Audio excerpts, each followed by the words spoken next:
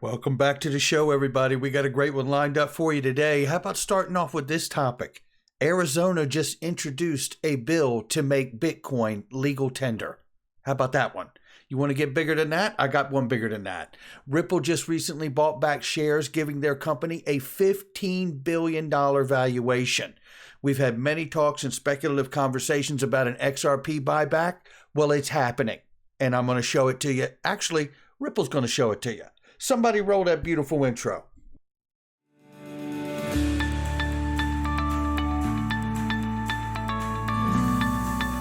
Digital Perspectives with Brad Kimes.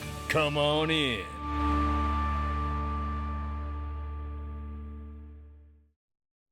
Welcome back to the show, everybody. You can follow me on Twitter at BackUpBradleyAbove, and everything that we're talking about here today. $1.717 trillion market cap. We're up 3.66% this morning. It's January 29th, 2022, ladies and gentlemen. Bitcoin is $37,700 plus. Ethereum is $2,500 plus. We see Cardano coming in at $1.07. We see Solana is now $97 and change. XRP is 61 cents this morning. Let's take a look right now and see what the range of price is. 0.5952 on the bottom and 0.6229 on the top. We'll keep an eye on it. All the technical analysts are bullish. And I'm bullish too. I'm bullish on Ripple private equity, and I'm bullish on XRP, the virtual currency.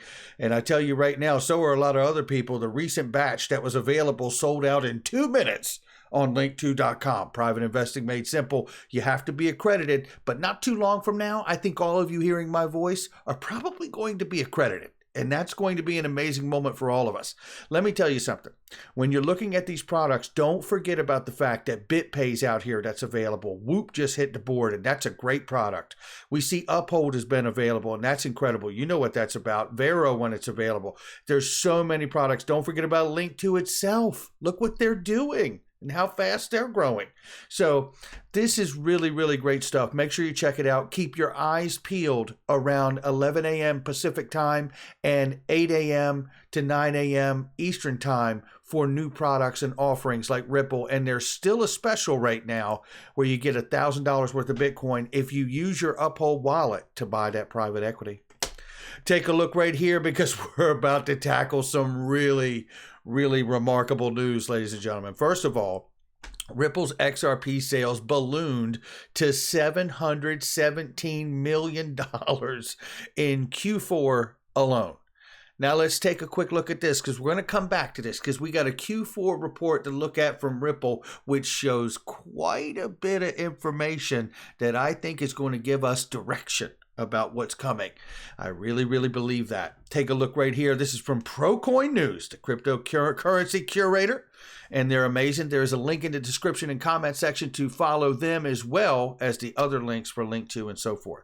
Arizona considers making Bitcoin legal tender. Let's take a look at it. It's very real, ladies and gentlemen. Arizona State Senator Wendy Rogers introduced a bill which seeks to add a statute to Arizona law making Bitcoin legal currency on Tuesday, and here it is. Right here, Chapter 9, legal tender, comes down here and tells you Bitcoin means a decentralized peer-to-peer digital currency. You get the rest of it. I tell you what do you think the federal government's saying right now about this little fancy bill? And how much longer before Florida and Texas see this and say, you know what, we're going to do it too. And then the federal government's really going to look when that executive order was announced by the White House because of a national security issue. I think they knew that this bill was going to get submitted, and I think they know it's going to spread like a brush fire if they don't do something on the federal level about digital currencies and stable coins. Brace yourself, ladies and gentlemen. Something's coming this year with that kind of pressure. Let's go. Fox Business News, Charles Gasparino, happy birthday. Just had a recent birthday there. Turned 60 and still bringing the heat. Yeah. If you see here, this is them talking about Biden's move to regulate crypto, seen as a bullish for established digital coins like Bitcoin. But then again, when you have states looking to get it approved as legal tender, that challenges the US dollar. And I think that sets the stage for a conversation like a bridge currency and protocol decentralized exchange like XRP and the XRP ledger. But that's just for me and my house. We'll see. Right here is a new piece of information about that executive order. And if you follow this thread from Eleanor Terrett, also from Fox Business, the only two, along with Liz Clayman, by the way, who have had the courage to cover this story the way no other news outlet has, whether they're in the crypto space or on the mainstream national news. And these people have been remarkable, and I thank them for it. She comments here about the Biden administration planning executive action to regulate cryptocurrencies as a matter of national security, which we've known now. And the order is expected to come in the next few weeks. But guess what? She comes down into the thread and says changing next few weeks to next week as per a source. Head on a swivel. This is crypto you never know. That executive order may drop next week. And again, with the pressure of Arizona looking to make Bitcoin legal tender, there may be even more weight to that executive order dropping by next week. Remember, this entire time, they've been taking feedback through the president's working group, through all these regulatory agencies out here. So brace yourself. A recent report from the Financial Times says that the Meta intends to add support for non-fungible tokens to its social media platforms Facebook and Instagram. Well, so does YouTube, by the way. They've announced it as well. But here's where I want to get us to. Monica Long shares another quarter, another XRP markets report, some highlights from the past few months. 130 million transactions and $113 billion transacted on the XRP ledger, up from 90 million transactions and 69 billion transacted in Q3. Wow is right. There was the launch we saw of WXRP on Binance and others, and Allbridge, which we reported yesterday, brings interoperability to so many other networks. This is getting really big, ladies and gentlemen. Tokenization is top of mind as usual, and the launch of XLS20D will bring native NFT functionality to the ledger. One cool use case I think will continue to grow is tokenized carbon credits.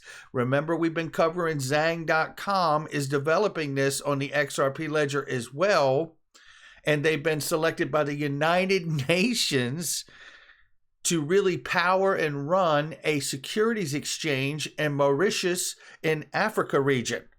This is really getting enormous, but there's more. Oh yeah, wait, there's more. Ripple purchased 321.97 worth of XRP in the secondary market. Now, most of you understand what that means. For the ones that don't, the secondary market is the exchanges that you and I buy crypto on. Ripple says it keeps seeing more global demand for XRP on-demand liquidity, which now boasts 20 payout markets.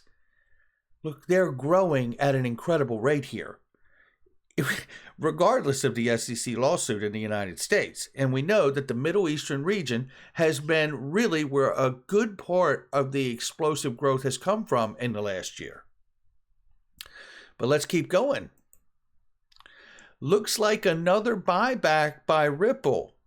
Sooner or later, people are going to figure out what we've known all along. This Ripple private equity and the XRP virtual currency are pretty darn important. That's what we're talking about here. We're going to get into this report here in just one second, but I want to show you this first because this is important.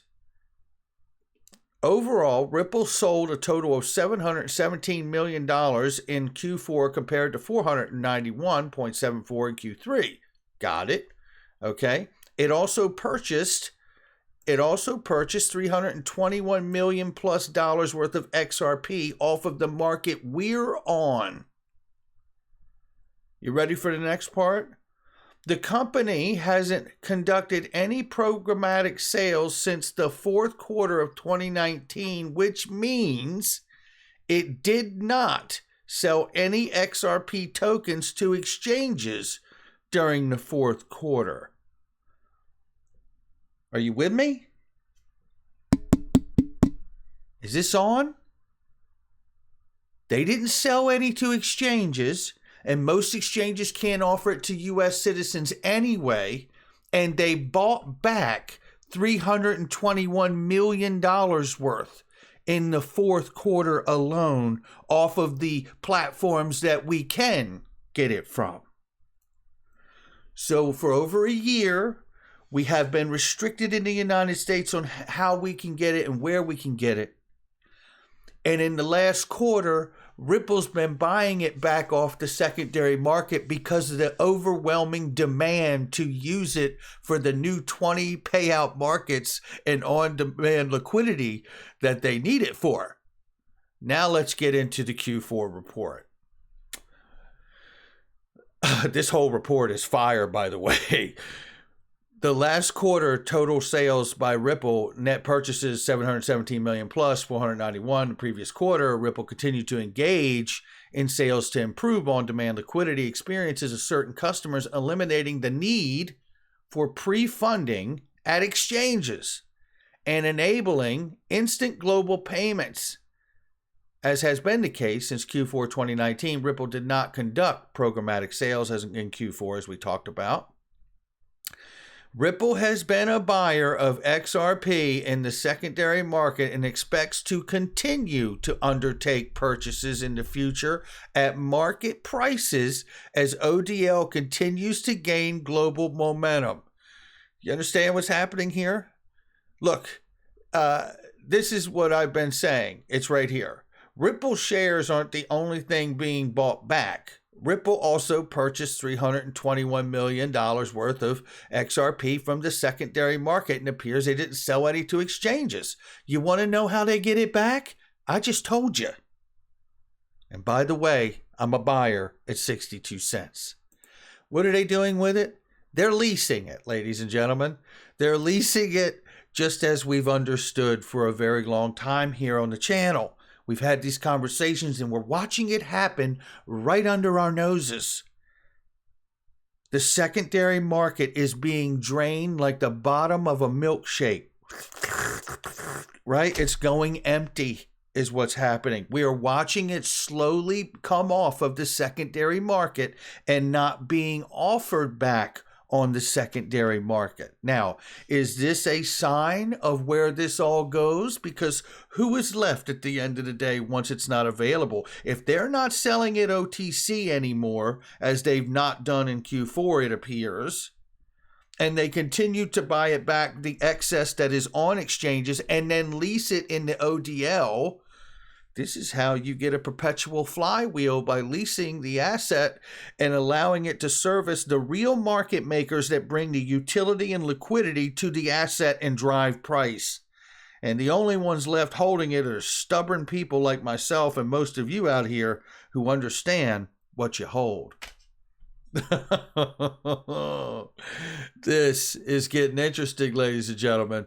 Look, how long does it take? I don't know, right? How long does it take? I don't know. What I do know is that this is pretty remarkable to me, what we're seeing here, and the demand that is starting to really ensue for on-demand liquidity and the ability to lease with certain wallets that are being used for XRP sales also provide short-term leases to market makers. This is worth noting given that they are often incorrectly interpreted by market participants as sales. Leases are ultimately returned to Ripple. Total leases outstanding Q4 2021 were 88 million XRP. What I find interesting about that is that also lines up with what we've talked about here. When something is a note that Gary Gensler has talked about as just as much as he has mentioned the Howey test, and he talks about the Reeves test. And one of the family resemblance tests that makes your product not a security is your ability to lease it in a short-term fashion, just as I believe XRP is being leased by Ripple to market makers. This is getting interesting, ladies and gentlemen.